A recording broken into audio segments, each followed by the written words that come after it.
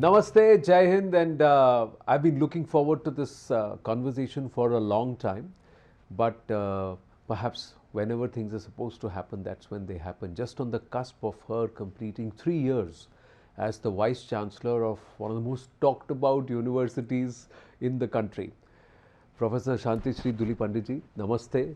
Thank you very much, and it's a pleasure to sit in front of you to speak with you. First up, congratulations on 3 years, and let's hope that you have the rest of your term is also as successful as these last 3 years. But as you look back, you are number 13 on that board, but the first and the only lady there. How has it been? Let me at the outset, Anand, tell you I'm a great admirer of your programs and the way you conduct it. Thank you. And your channel as well. I think you and the two other of you make it for many of us. And let me at the outset say that yes, in many ways, though JNU is thought to be a revolutionary university, it was a little difficult when I came in, as soon as I came in, because one was the campus was polarized, and number two, many of the men were not used to a woman in a position of authority. So these were two things I had to deal with. And especially the polarization because within 3 months, because I'm a student of JNU, that helps me. I studied here from 1985 to 90. So I know JNU as, and I'm from the social sciences. And maybe being a woman, you are more, compromising. I don't know whether you will agree, but I'm not saying it as a gender thing. But these things help me within 3 months. The confidence between students, faculty, staff and me came, so we slowly came down to the normal, and JNU was back in its academics. Let me tell you, in the NIRF we have been consistent at the second place, though I don't consider Indian Institute of Science to be a multidisciplinary university like JNU. So I don't think you must put oranges with apples when you count ranking. But we have been done, and in QS rankings we have done very well. We have got India the best in a subject, 20th, followed by IIM, and the IITs behind us. So that is something it helped me. 3 years have been good, a lot of learning experience, because I was a student here. I was not in the faculty or in the administration. But let me tell you, it's been wonderful experience, and I thank my staff, my faculty and students of all, because this is a mini India. We have people from all over the country, and the poorest of the poor can come here. Do you know, it's as good as free education. Yes. It's only 10 and 20 rupees. So we must thank the central government for, keeping this space a very democratic and a space for diversity and dissent. Let's just dial back a little more. When did that call come? And how did this happen that you are going to be the Vice-Chancellor of a university nobody wanted to perhaps touch with a barge pole? So how did that happen, and what was the first reaction? That's a good question. I think, it was not until, 2021 that I realized that I was teaching at the University of Pune, now Savitribai Phule Pune University, as a senior professor.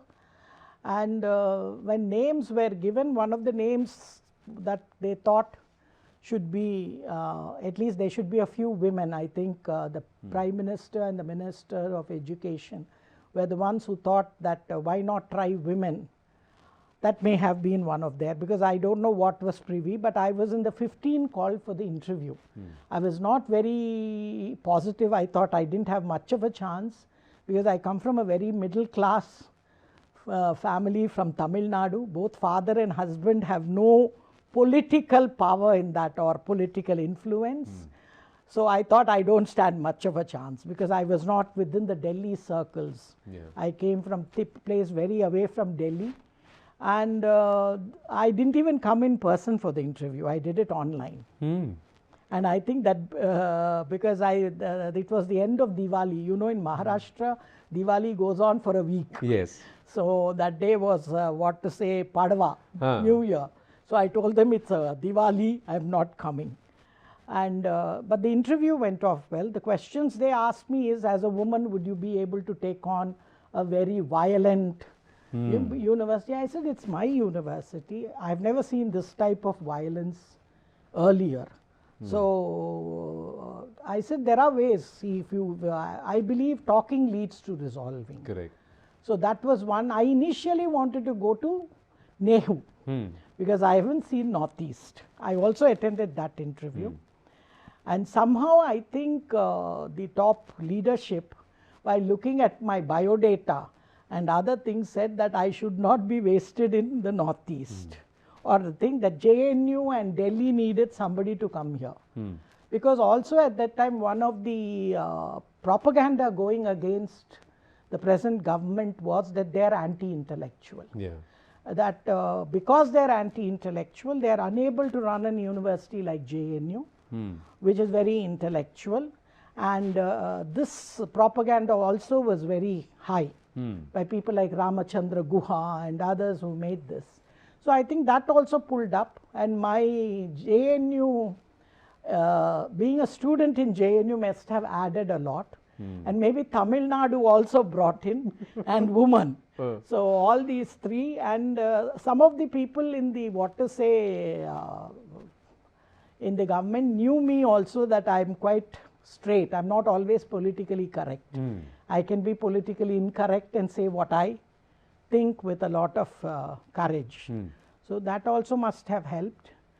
And other thing was, I think, the courage of the present Prime Minister. I would give credit to him, because nobody at that point, when things were really bad in JNU, would have thought that a woman can come in here and make a difference. I think so. So what was, when you came in, what was really bad? You said it was really polarized, and JNU somewhere had also got an image dent. We come to that in a bit. But more importantly, it was the campus atmosphere that was very vitiated. So what were the 2-3 immediate problems, and what did you think was the real issue which immediately needed some addressing? See, basically, let me tell you, the bureaucracy was very worried. And literally the police and security were running it. This office had 400 security people and 4,000 policemen, which never I have seen in a campus where I was. Yes. Yeah. And even my letter was given to me on Friday, and I was advised not to reveal it till Monday when I land in Delhi. I was brought like the Balakot attack. I said, why? I said, no, JNU is my university. They said, no, you don't know JNU today. Anyway, that was to get my permission. Luckily, Maharashtra, we work on Saturdays, State University. So I got my relieving, I had to take a leave, and it was very lucky they gave me on Friday, because Sunday, Lata Mangeshkar passed away. Yes. Monday was declared a holiday in Maharashtra. So, and I came here on Monday morning by the morning flight, and then I rang up the ministry saying that I've landed. And then they released the letter, and they told me within half an hour, take charge. So literally I had come, I was staying on, they said, where are you? I said, I'm in the campus. You're inside JNU? Nobody has done anything to you, they said. I said, nothing. I'm perfect. So I came here, I took charge, and immediately, you know, there was a Twitter controversy that was started. They thought that I am a Marathi Brahmin, that too from the official caste of the RSS, which my husband comes from, not me. And they said, oh, I'm a Savarkarwadi, Godse-wadi. And I was shocked, because, you know, I had just taken over, didn't give me time. I was staying at IIC, because the VC's house was not vacated by the previous Vice-Chancellor. So then literally I had to call one of the lady cub reporters in Edu. You can tell her that I'm a lady, give me 48 hours at least to settle down. And then I had to lash out saying that I have nothing to do with Maharashtra. I never even knew Godse or Savarkar till very late into my youth. So how are you putting me under all this? So I had to literally reveal my social status, which I don't like otherwise to reveal. So that was the first experience I had, and they were shocked when they realized that I'm not a Marathi, I'm not a Maharashtrian Brahmin who's coming from the so-called, what to say, the Sangh, and meaning the official caste of them. Then I'm coming from Tamil Nadu, that hit them. And so then after that, that died down, you know, after I was able to give it back. I retaliated. And I never had a Twitter account. Yeah. That is when my daughter told me, whatever is in the cloud, destroy it. So she is a cyber security engineer. She destroyed it. I was terribly taken aback because I wouldn't put a photograph of Durga. Yeah. I would put, let's say, either Guruvayur or Venkateshwara or somebody who's very close to my cultural moorings. So this was the first, I realized that the whole university and the ecosystem here was totally against anybody coming from the present government. Then I had a second incident was in Kaveri. There I had gone to Kerala and I had just come back. I was back by the night flight, and there was a clash over this Ram Navami versus Eid. And I they were shocked. I straight went to the hostel at 11 o'clock. They never thought a Vice-Chancellor would come to the hostel. Maybe the previous Vice-Chancellors never went. I went there, I spoke to the students. I even told them very clearly that no religious festivals will be celebrated on the campus. We are a secular state, either all or none. None. If you want one and you don't want the other, this will not work. So I told the students, you decide.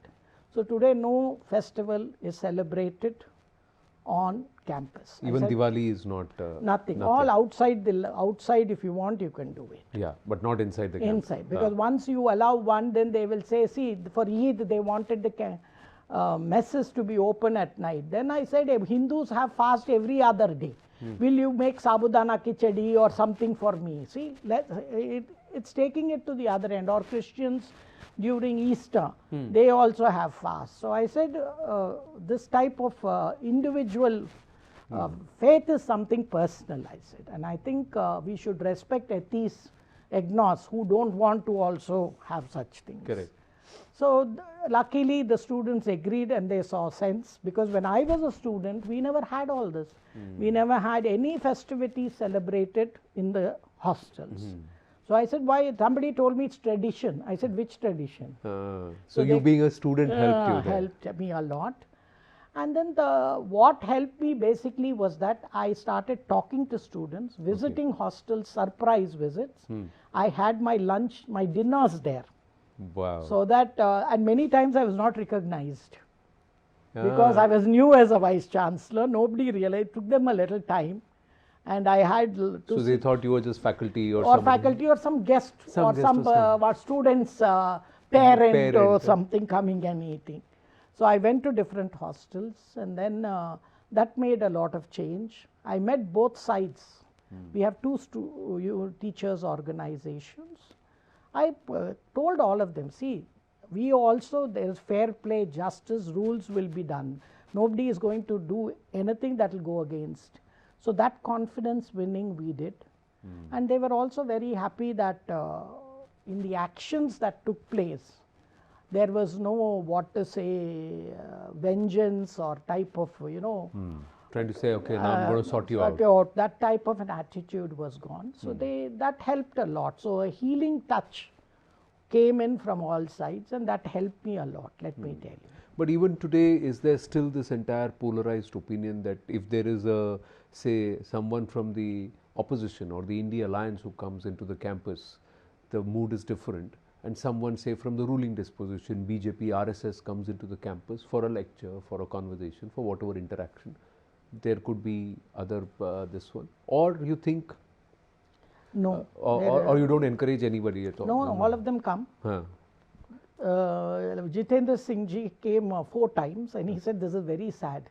When I came in the last administration, I was shown black flags, and so much of media attention came. Now I'm coming silently in. I can't believe it's JNU. And the president has come, vice president has come twice. President has come. Vice President was told even in the recent, on 3rd, we had first time JNU had an International Vedanta Congress. Okay.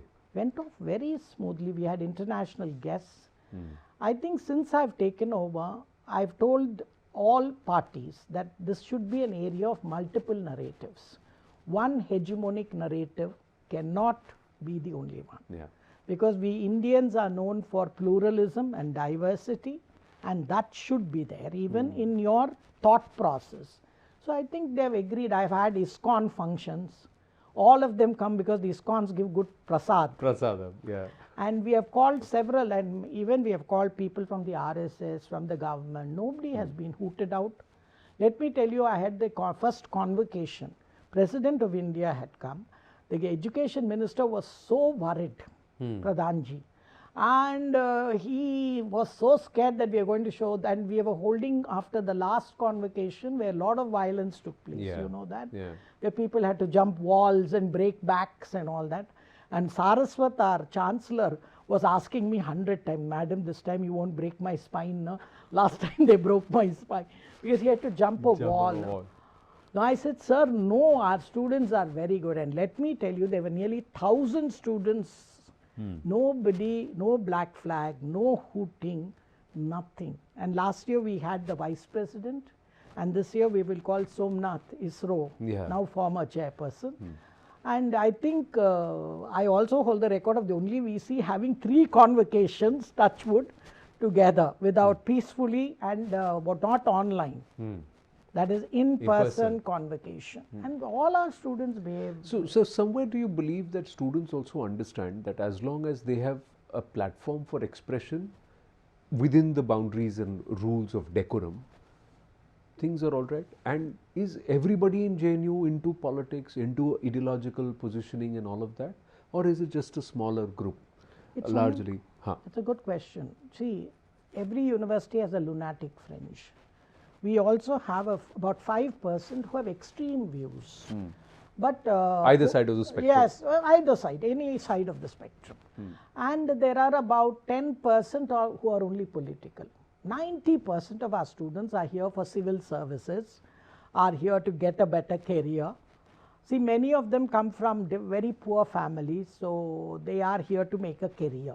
So they are really not interested. So it is this 10%, if we can convince them that they have the freedom to make. So, you know, I clearly told them that you have your functions, but you should have permit even the other side to have their function. Nobody is coming and hooting out your function. I've told students also, you don't like it, don't go there. Let me tell you, the Kerala story was released here, meaning first we had this, and also 72 Huriya.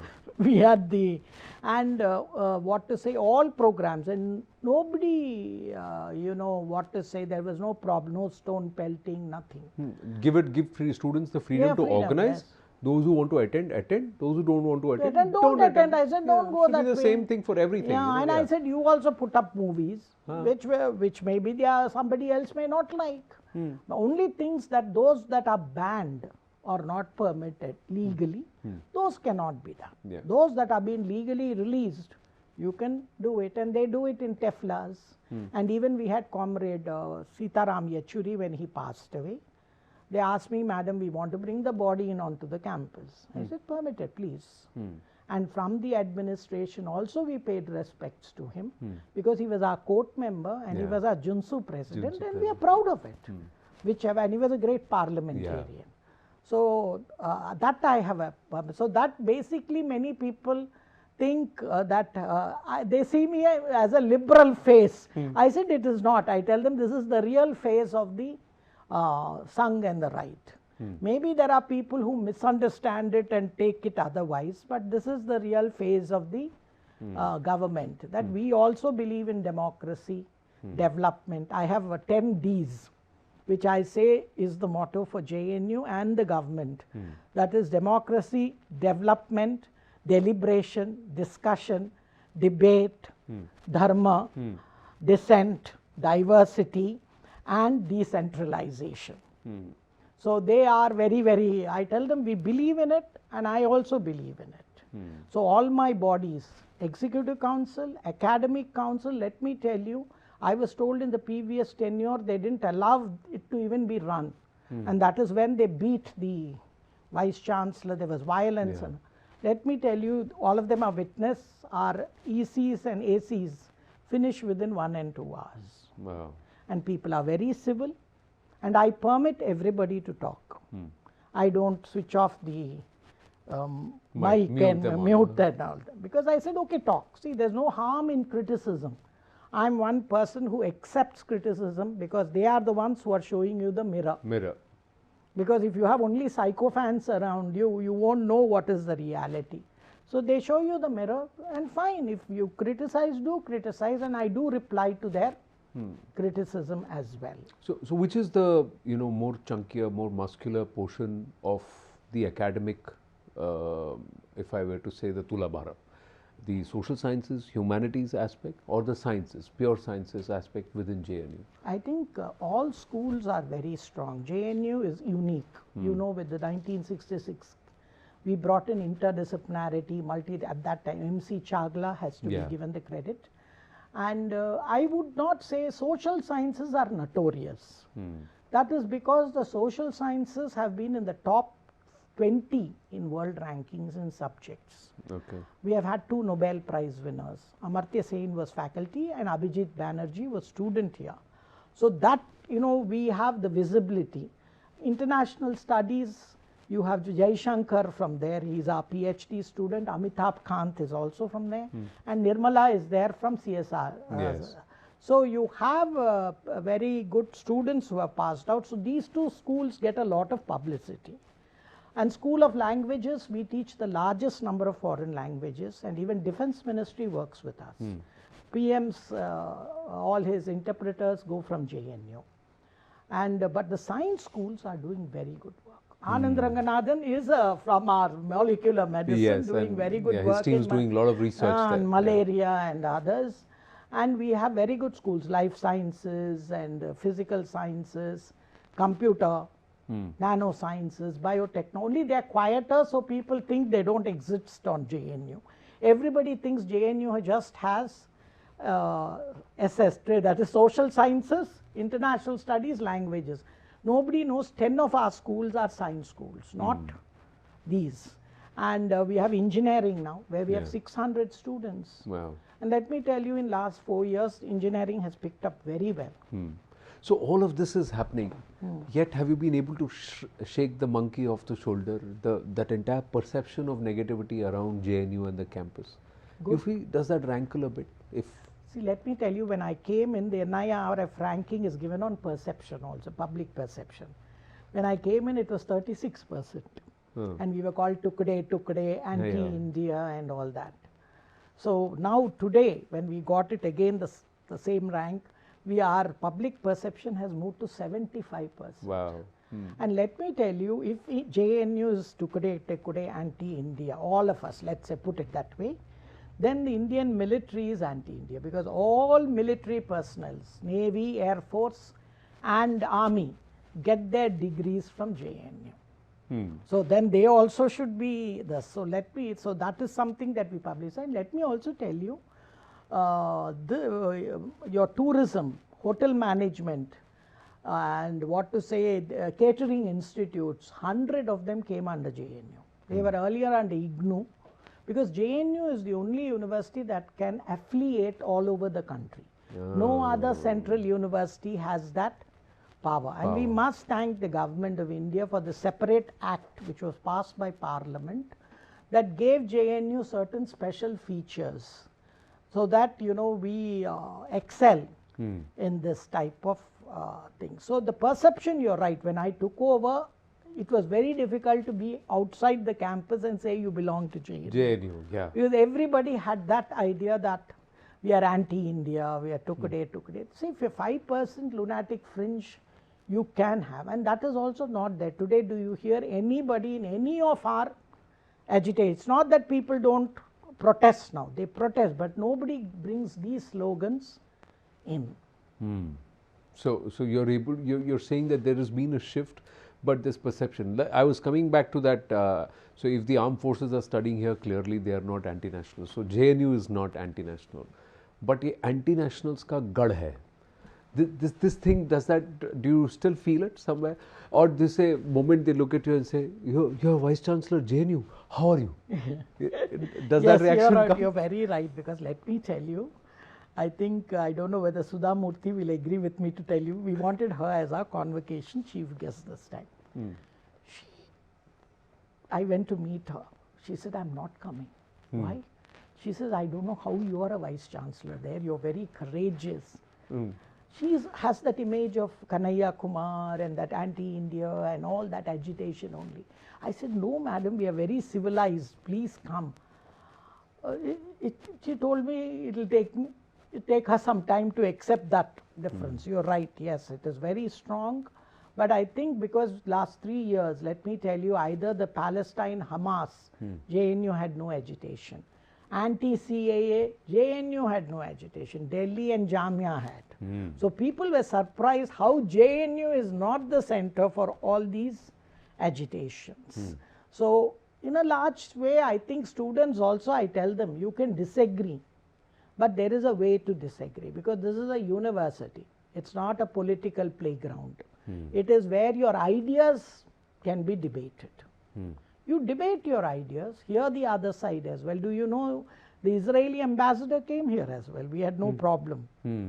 No, nobody showed him black flags, but rather the American ambassador had it, but not the Israeli ambassador. So I think we are getting out. That was a bad phase, and I think the blame is on both sides. I wouldn't say because as a Vice-Chancellor, I should not allow a polarization to take place. True, I'm sure. I think campuses should be the hotbed of ideas, somewhere ideology also. But like you had earlier mentioned, that it cannot be hegemonistic. It cannot say only one will prevail and the other won't. Do you believe the students have also now accepted that? Do you also see more parents now wanting to send their children to JNU? Because there was talk that there's a bit of a shift away. Even though education is top class and education is literally free, like you said here, but parents were a little reluctant. Has that? Yeah, you're right. Initially, when I took over, there was reluctance, but now many of them want to come back, because they think that JNU, because we are now, I've told students, it's not in your own interests to make this a place or a hotbed, because you can't be anti-nationalistic. It is the taxpayer, Indian taxpayer, who is subsidizing you. It's not some foreign taxpayer so you have to be at least loyal to the hand that feeds you, whoever it is. You may not like them, but then you are answerable to them because you want these subsidies to continue. So there were a lot of reasoning, they argue, but I think they are also very sensible. Let me tell you, all groups here, our students are serious. They read, they write. I told them this is the place to read, write, think, be critical. Maybe because JNU is the university that criticizes all establishments. People think that we are the forces. But one thing I always even try to tell government is, please understand, universities are autonomous, as you yourself said, and academia has to be autonomous. Academia cannot be aligned to any government or any state. But then it's no longer an academia, no longer you will be an intellectual. Free thinking has to be allowed somewhere. Even if you and educate yourself, you have to explore all ideologies and all thought processes, streams, till the time you assimilate everything and decide, okay, this is how I would like to form my JNU opinion. teachers, yes, many of them write very critically, and there are many who also support. So I told them you have to see all sides. But the level of their discourse is very high. Whether you like them or don't like them, you have to give them merit. And you can only write back another article. You can't beat them up. So intellect has to be countered with intellect. That's what our Shastras also say, no? In terms of Tarka Shastra, you have to understand the other side and then evolve a better opinion. And like Shankaracharya and Mandala Mishra. Later, Shankaracharya made Mandala Mishra one of the heads of the Sringeri Mutt. So that is our tradition of respecting of intellect. respecting each other. We debate, we do everything, and evening we go drink chai and eat samosa. Samosa. Right? It makes no difference. And I think that Indian knowledge systems is known for this. That ekam sat vipraha bahuda vadati. Truth may be one, but there are several paths to it. To approach it and Yes, to understand and it. everyone may be correct. So I think we were more postmodern than after the postmodernism came. True. So are you trying to bring that back into the Yes. JNU curriculum? You said Vedanta studies, Vedanta discourses No, are I happening. changed I also brought in our motto, and that is from the Upanishads. Though we had lot of debates, there were a lot of criticism. I said we need a motto because our symbol is also very Hindu. It is a lamp, it is a rosebud as well as a lotus bud. If you see on both sides. So we put tamaso ma jyotirgamaya. Yeah. From darkness to light. That's what education does. From ignorance to knowledge. Yeah. So I said that is acceptable to everybody. And here IKS I brought in. We have brought in all the Indian traditions. We have started a center for Hindu studies, center for Buddhist studies, and center for Jaina studies. And we have named our think tank Vikas, Vidyaranya Institute of Knowledge and Advanced Study. Nobody even knows who Vidyaranya. He is like Kautilya in the south. Yes. And he mixed the secular with the spiritual.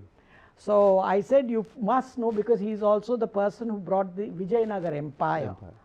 And even the Marathas were greatly inspired by his writings and works. So we have put that as a place of think tank where we evolve. And then we also have Ayurveda biology special center where the Prime Minister has given us 100 crores for a specialized center for Ayurveda and systems medicine. So we work with Patanjali's group where our students can go and do their practicals, and we mix modern science with Ayurveda. And try to see, and we have a course running for the last 4 years. Wow. Which, and we have nearly 40 students in that. Did I see Swami Vivekananda statue somewhere? Yeah. So it's opposite Nehru statue. Oh, Pandit Jawaharlal Nehru. And I saw Mahaperivar also. Have you brought in? Yes, we have brought in Tiruvalluvar. Tiruvalluvar also. Oh, Tiruvalluvar. So who else is making their entry slowly? Vidyaranya has already come in. A beautiful statue given by Sringeri Mutt to us. And many state governments are giving. One is, we have the Unsung Heroes Freedom Wall, where we have brought in Subhash Chandra Bose, as well as Chhatrapati Shivaji, with Vavosi, who was the first. And then we also have 100 names of all freedom fighters who are not mentioned in many of our history textbooks. Oh, wow. So that is what we have brought in, and we think that you have to fill up these gaps, because all parts of India need justice. We have also a special center for Tamil studies. See, it's not only I take from one. Tamil Nadu government was the first to give me 10 crores for Tamil language, literature and culture. So it's running very well. We also have an MA in Tamil. Wow. We have translated. So students are coming to learn? 60 students I got for 20 seats. First I was thinking, who will come? But then there are non-Tamil students who are ready to do certificate courses in Tamil. Wow. So under our value-added courses, we are giving many of these courses of those who want to learn other Indian languages. We are also doing, Maharashtra has given us. So non-Tamil are also learning Tamil. So it's not that just Tamil are being forced to speak in Hindi. No. Yeah, but this is voluntary. And we translated Tolkappiyam into Hindi, JNU. Wow. And we were also involved in Subramanya Bharati's complete works being translated into Hindi and English. So this also they're doing. I see Bhartiyar there. Bhartiyar, we celebrate his birthday as Indian Languages Day, not as Tamil Day. Indian Languages Day, where we call eminent personalities to speak on Bhartiyar and also the unity of Indian languages. My motto is there may be several languages, but in the Indian literature may be plural, but it is one. Okay. Because all the ideas when we come is very similar to the different. Right. Now I got the last leg of our 2-3 set of questions. So I just quickly will ask you, what is this? The latest about transformation of India's foreign policy, and you've edited this. So this is a contribution by who? This Our book? students and faculty. Oh wow. I tell faculty this is a place where you have to write. Huh. So I was asking many of them, why don't you write? Huh. Because writing is very important, and writing your ideas. So I made them write this, and I said, okay, I'll write the foreword. I thought Prime Minister Modi's foreign policy, the way he has a Panchamrit where he has given how he looks at making India into a dharmic civilization state and its foreign policy, I said, let us analyze it. So that is how we call it transformatory and as a responsible power. Because we no longer are rule takers. Correct. What to say, we are more now rule shapers, if not rule makers. Lovely. And you've put some of these have been very exhaustively written with glossary and with the charts and also No, it is done professionally. Now Routledge liked it so much. The international edition, Routledge is bringing out. Oh, lovely. We never thought we did such a good work. But they are, and then it was released by Amitabh Kant, and first copy was given to Jaishankar. Jaishankar, and I see that Kamal Sibalji is the Chancellor of JNU. Yes. Oh, lovely. Wonderful. So I look forward to reading this. When you said Kanwal Sibal, he you know, this idea of JNU being difficult, he also had. He has to preside over our court. He refused to come for the first court. He said, okay, we made him come online. Then when he realized that, you know, we finished it within 1 hour and very civilized, then second one he came in person. I agree with you. The public image is slowly going off because yeah, but then I think it's a collective effort. Everybody has to work in. You as the Vice-Chancellor, the Chancellor, the faculty, and more importantly the students have to ensure that the prestige of the university does not come down because of perhaps certain individual ideologies that clash or certain vested interests. I must thank media also, because though they say, tell me madam, nothing is happening in JNU. I said, positive things are happening. Why don't you report?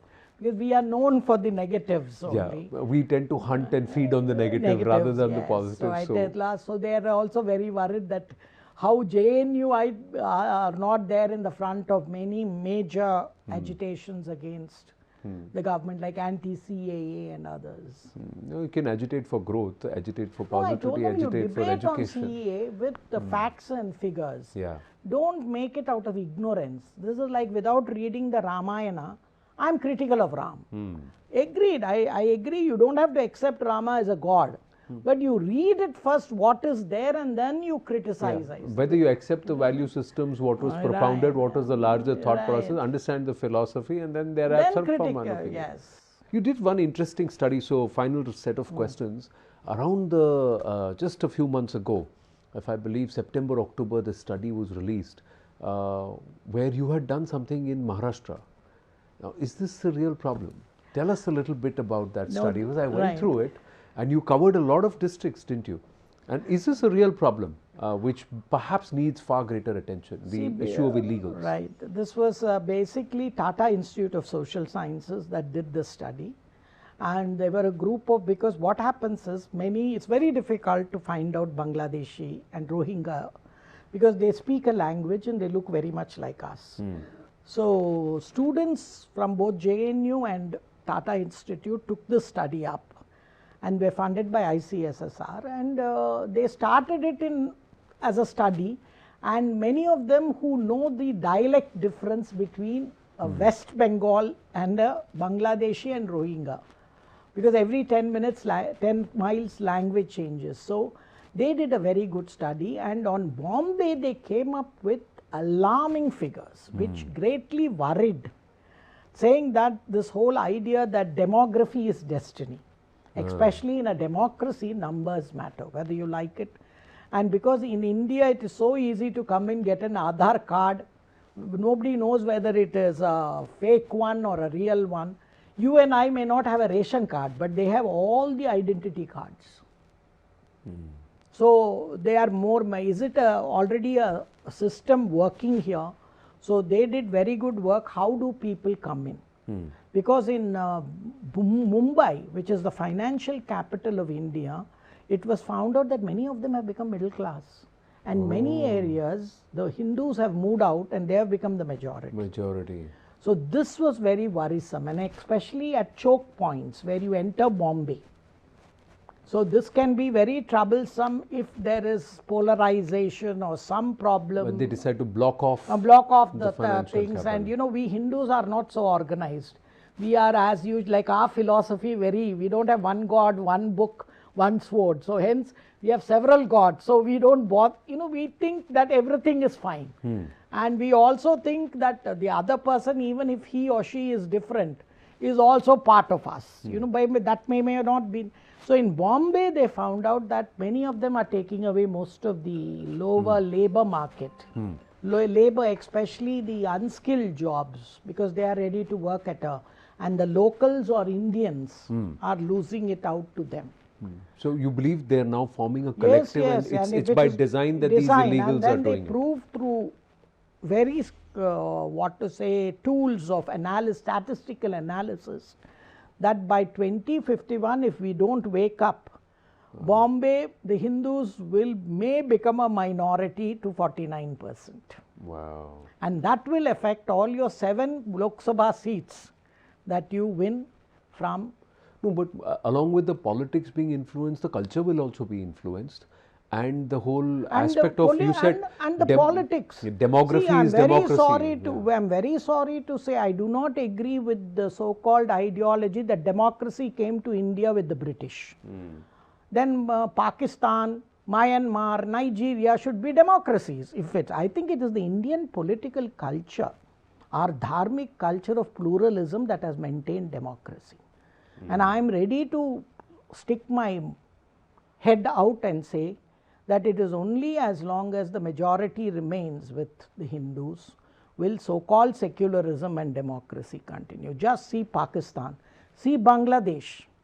Within months you see what the Jamaat has taken over, and look at the way they are attacking minorities, not only Hindus, Buddhists, Christians, everybody, and somehow everybody is silent. So I would rather say it's time that the Hindus interpret their own religion positively. We are the most critical people. I have not seen any other religious group that is critical of its own religion. And see who writes on Hinduism, all foreigners. We don't have a Hindu writing on Hinduism, except for the 5 modernizers whom I call, like Dayananda Saraswati, Swami Vivekananda, and Aurobindo Ghosh, Sarvepalli Radhakrishnan, and I would even include D.S. Sharma, who wrote a very good book on what is Hinduism. We don't even know these people. And I think it is these people who really modernized and universalized a way of life. We are not a faith in the way the Abrahamic faiths are there. Correct. So there is a very huge difference. And I think this the world will become lost, because this is a very different civilization state. And I think this should continue, because for us science and spirituality come together. We don't contradict it like the West. Correct. We don't say science is a part. That is why you have Srinivasa Ramanujam, who failed 12th standard but could write algorithms, because his mother was very good in doing these patrikas, horoscopes, which needs very intricate mathematics. And he told Hardy that Goddess Bhagavati comes and writes the equation on my tongue. So science is a part of our way of life. Our yoga, getting up in the morning, washing legs, though we have forgotten why we do. But even sitting on the floor today, people tell me it's very good. Americans are saying you must now sit on the floor and get up. So we used to do it. In fact, I've seen I don't know if you've seen that stamp of Pashupati, which is more than 5,000 years old, and that's Shiva. So Pashupati is sitting in Mulabandhasana. So that means your heels are touching each other, and there's a very huge scientific yogic posture. So if 5,000 years ago, if you were doing that, how old is our science per se? But final question, 2025, what's the 2, 3 things that you would like to do as we see here? Good. One thing is improve our narrative and make our students do better work, which will be very good. And many of them are doing, and also infrastructure. Our infrastructure is aging, and because we don't have internal receipts, we are totally dependent on the central government for 100% perfect. And let me tell you, the central government and the Ministry of Education has given us funds. This time we were 48 crores in deficit. Everything has been given. They have never denied us. So this is wrong where people say that this government is not funding JNU. Or they want to run it aground. No, not at all. They want JNU to stay because I think the government also realizes that JNU is a brand that internationally and nationally has a value that has to be protected like Indian democracy.